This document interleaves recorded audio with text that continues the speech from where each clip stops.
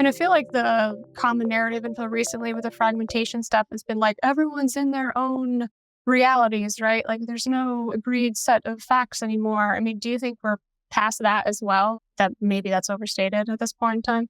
No, I think that's a disaster. I think that's totally true, right? Like, let's not Okay. get carried away here.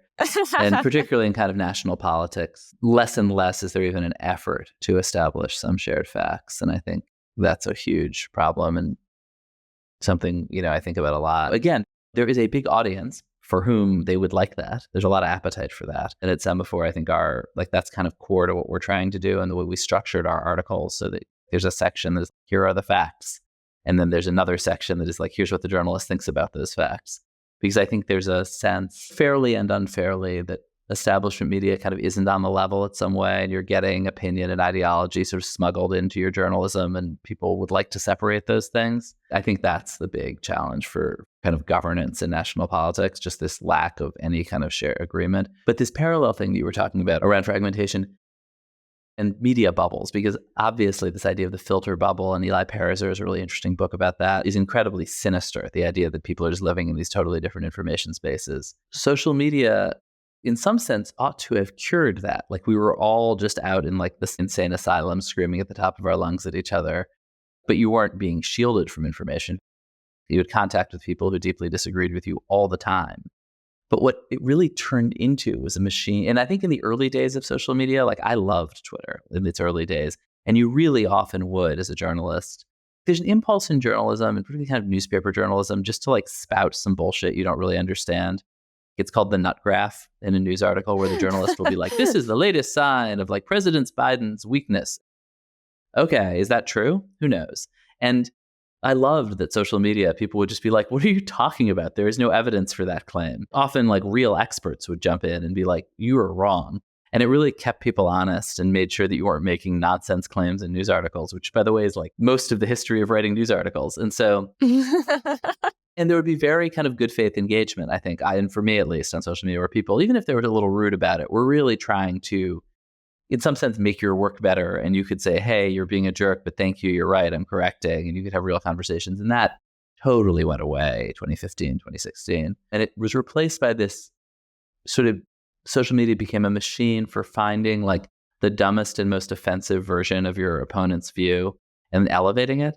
And I think you see this now with Israel Gaza. Like the only perspectives that travel at all are the most insane, offensive, kind of murderous statements. And when someone tries on social media to say something nuanced and thoughtful, that's not what that machine does. It doesn't work. You saw, I think, the Palestinian representative at the UN, I noticed this summer, had expressed joy that this released Israeli hostage was going to get to see her dying mother, and got nothing but attacks for that. And then wrote a very lovely thing defending himself, which nobody really read. I mean, it's just, it is just a machine for elevating awful opinions and persuading you that your opponents are the worst people in the world.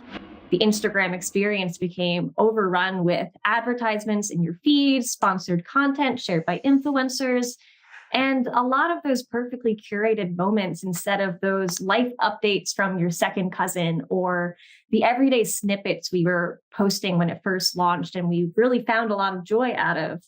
So that's a lot of the ways that it's changed. I have to say, I have to stand for TikTok really quickly, because I have noticed, like, I agree with you. I think especially about Israel Gaza, it's a whole can of worms why that's such a hot button issue. But yeah, let's just riff on that for a while. All right, yeah. Aside from like really, really hot button issues like that, on our account on TikTok anyway, when we have videos that go viral and people start to roll into the comments kind of saying nonsense, our social media manager doesn't need to like respond to things that quickly or like fact check people, because other people do it for her like very fast. And I was really surprised like when I started to see that happening, and I was sort of some comfort here that the wisdom of crowds might be still alive a little bit, at least on TikTok. I agree that there are a lot of conspiracy theories about TikTok that are unproven, and there's lots of nice stuff on TikTok. But it's very hard to talk in general about TikTok because you see what you see and you don't really know what anyone else is seeing. I mean, it is its own sort of fragmented environment. Yeah, I think the sort of opacity of it makes it a little hard to talk about. But I also think there's this idea, and I think a big part of why TikTok is really likely to be banned if Biden wins re-election, is that there's a view in Washington that the reason that the kids are pro-Palestine is because of TikTok, and that they were brainwashed by it, probably because the Chinese communists wanted them to. And there really is not particularly evidence for that, I don't think, either. Yeah, I think that's one of and I've had vociferous arguments with people about this because I've written a number of pieces over the past couple of years about TikTok for Politico, for foreign policy, for others. It may absolutely be true that the Chinese government could at some point manipulate the algorithm. It's completely unclear whether they could even manipulate the algorithm in a way that would be particularly effective. The algorithm is an affinity algorithm. It's not a... Yeah, if they started showing people communist propaganda, I mean, yeah, right. I mean, it's complicated. They would tune out. That's the thing. It's like it's complicated. But could they dial up social division the way the Russians tried to? Maybe. Does it kind of do that? Maybe it's sort of social media tends to do that.